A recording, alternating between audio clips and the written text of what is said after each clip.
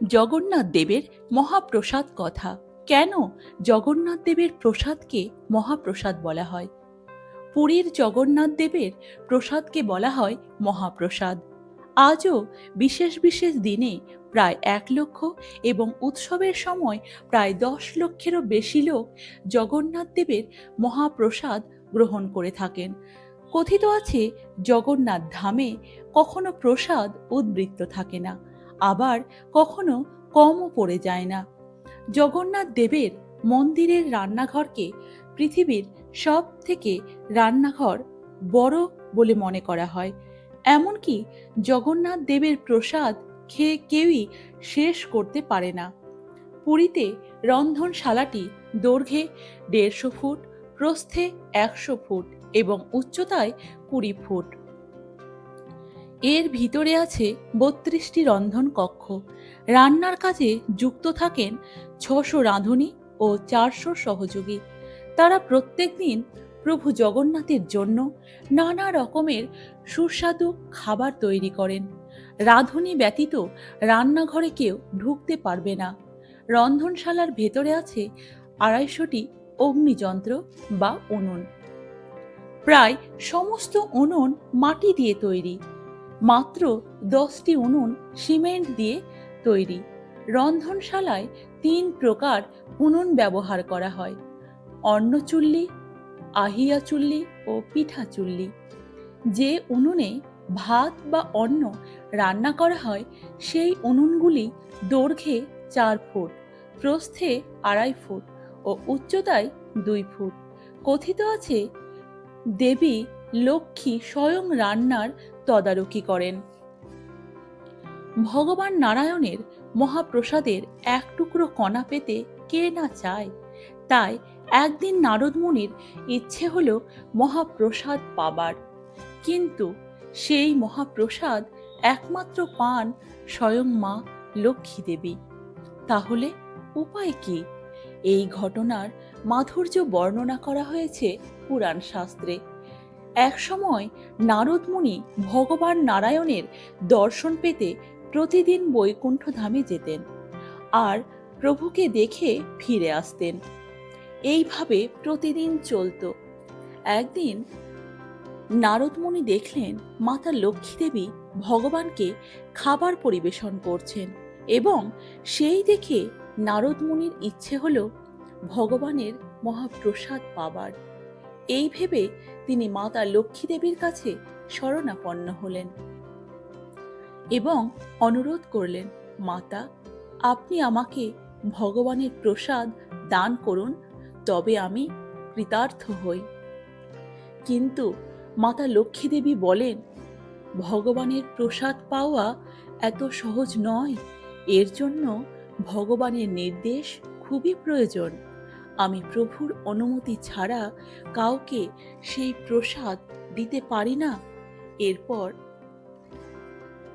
নারদ মুনি ভগবানকে খুশি করার জন্য 12 বছর কঠোর তপস্যা করলেন। কিন্তু ভগবানের সন্তুষ্টি লাভ করা এত সহজ কাজ নয়। এত তপস্যা করেও ভগবানের প্রসাদ পেলেন না। তিনি হতাশ না হয়ে আবারও ভাবতে শুরু করলেন, এখন এমন কি করা যায় যাতে ভগবানের প্রসাদ লাভ করতে পারি।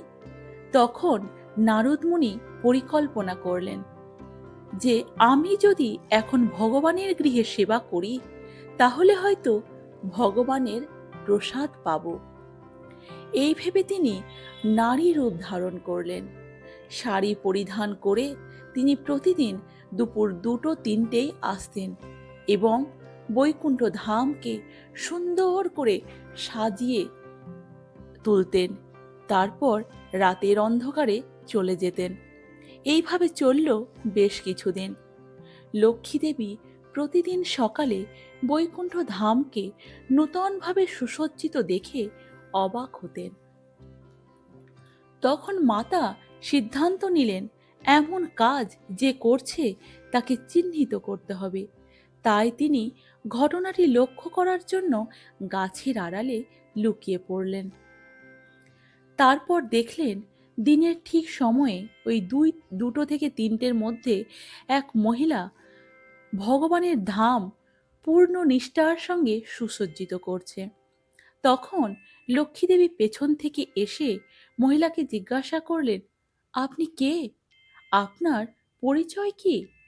কেন আপনি প্রতিদিন নীরবে এসে বৈকুণ্ঠ ধাম সুসজ্জিত করেন?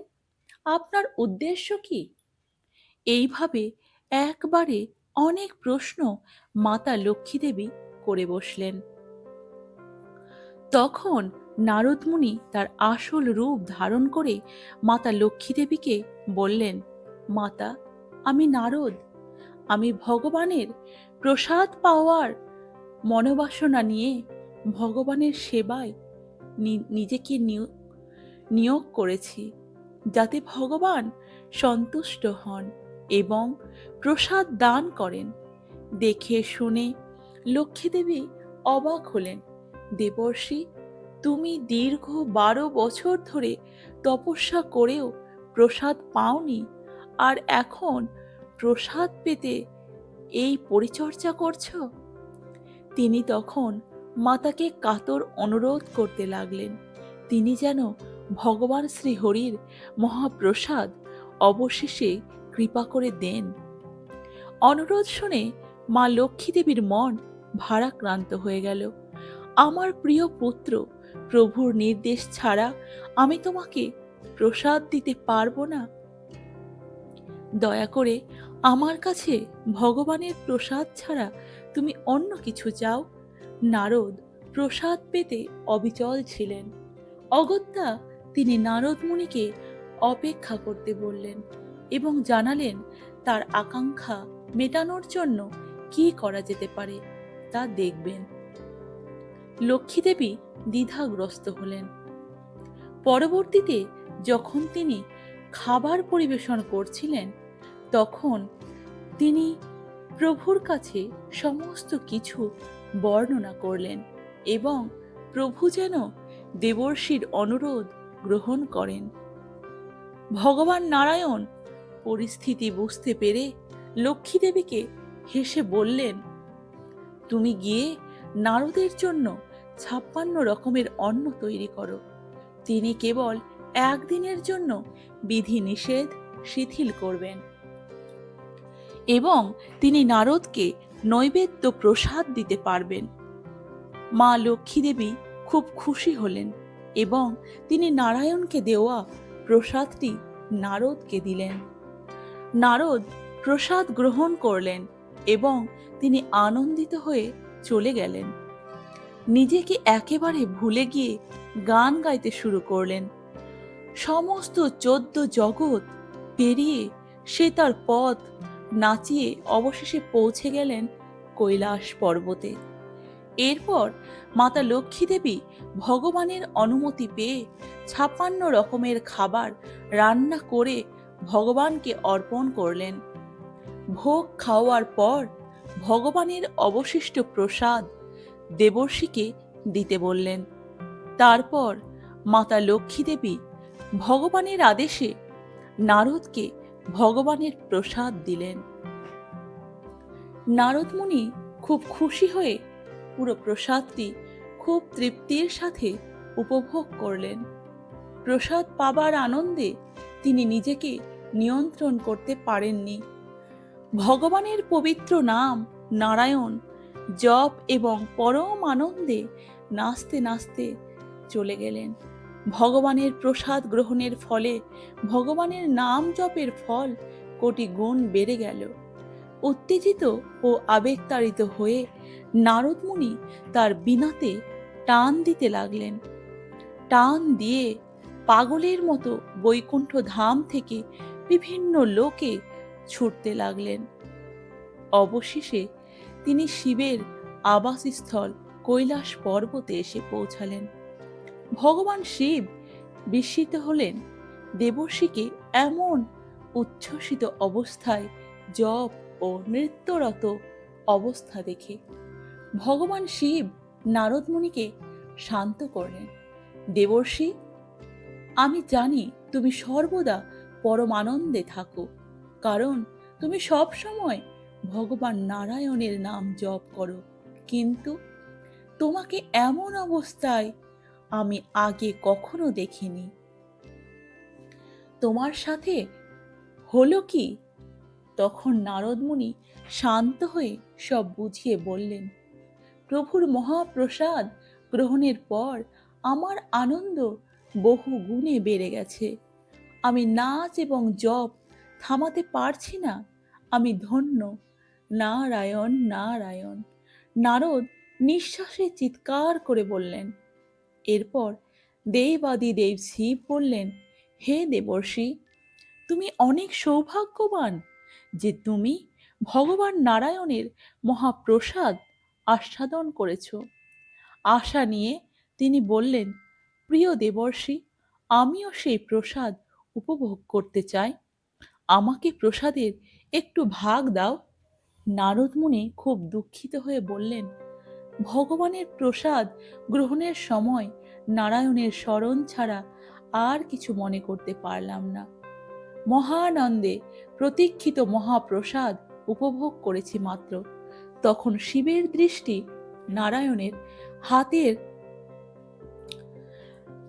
নারদের হাতের নখের কোণায় পড়ল। প্রসাদের একটি টুকরো তার নখের সাথে আটকে আছে। মহাপ্রসাদের সেই ছোট্ট টুকরোটি ভগবান নারায়ণকে স্মরণ করে মহাদেব জিহ্বায় স্পর্শ করা মাত্রই তিনি প্রচণ্ড আনন্দ থেকে মহানন্দ অনুভব করলেন। তখন তিনি আর চুপ থাকতে পারলেন না। ভগবান নারায়ণে আরো মগ্ন হয়ে তিনি নৃত্য আরম্ভ করলেন। সময়ের সাথে পরমানন্দের তীব্রতা বাড়তে লাগলো, সাথে বাড়তে লাগলো নৃত্য। তার নৃত্য এতটাই তীব্র হয়ে উঠল যে তিনি তাণ্ডব প্রকাশ করেছিলেন। তাণ্ডব নৃত্য ধ্বংসের সময় নির্দেশ করে। সমগ্র ব্রহ্মাণ্ড কাঁপতে শুরু করলো। সমস্ত দেবতারা আতঙ্কিত হয়ে ভাবতে লাগলো, দেবাদিদেবের কি এমন হলো? কেন অসময়ে তিনি তাণ্ডব নৃত্য শুরু করেছেন? এখন আর ধ্বংসের সময় নয়। শিবের ধ্বংসাত্মক নৃত্যতে বাধা দেওয়ার মতো সাহস কারোর ছিল না। দেবতারা মাতা পার্বতীর কাছে অনুরোধ করলেন প্রভুকে শান্ত করতে, অন্যথায় সমগ্র বিশ্ব ধ্বংস হয়ে যাবে। মাতা পার্বতী ঘটনাস্থলে উপস্থিত হন এবং স্বামী শিবকে অনিয়ন্ত্রিতভাবে আনন্দ তাণ্ডব নৃত্য করতে দেখেন। মাতা পার্বতী নম্রভাবে ভগবান শিবের কাছে গেলেন এবং যখন তিনি তার বাহ্যিক জ্ঞানে এলেন, তিনি জিজ্ঞাসা করলেন, প্রিয়নাথ, কিসের কারণে আপনি মহানন্দে নৃত্য করছেন? দয়া করে আমাকে বলুন। শিব সম্পূর্ণ ঘটনাটা ব্যাখ্যা করলেন এবং তিনি কিভাবে নারদ মুনির কাছ থেকে ভগবান নারায়ণের মহাপ্রসাদ গ্রহণ করেছিলেন সেই কথা। পার্বতী অতি আশ্চর্য হলেন। হে প্রাণনাথ, আপনি কি আমার জন্য কোনো মহাপ্রসাদ রেখেছেন? শিব কোনো কথাই বলতে পারলেন না।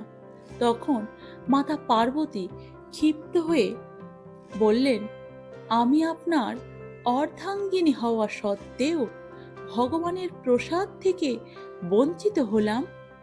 আপনি যদি একটি দানা পেতেন, তার অর্ধেক আমার কি প্রাপ্য ছিল না প্রভু? অবশেষে ব্রহ্মার নেতৃত্বে সমস্ত দেবতারা ভগবান নারায়ণকে জানাতে বৈকুণ্ঠে গেলেন। অবস্থা শুনে ভগবান গরুড়ের পিঠে চড়ে কৈলাস পর্বতে পৌঁছে গেলেন। ভগবানকে দেখে শিব ও নারদ শান্ত হলেন, কিন্তু পার্বতী তখনও ক্ষুব্ধ, রাগান্বিত। ভগবান নারায়ণ তাকে সান্ত্বনা দেন এবং তার প্রসাদের একটি অংশের প্রতিশ্রুতি দেন। কিন্তু মাতা পার্বতী বিনম্রতার সাথে আক্ষেপ প্রকাশ করেন, আপনার মহাপ্রসাদ আমার সমস্ত সন্তানকে, জীবিত সত্তাকে দিতে অনুরোধ করছি। আপনার মহাপ্রসাদ থেকে বঞ্চিত হয়ে আমার মতো আমার সন্তানদের এমন কষ্ট দেখতে আমি চাই না।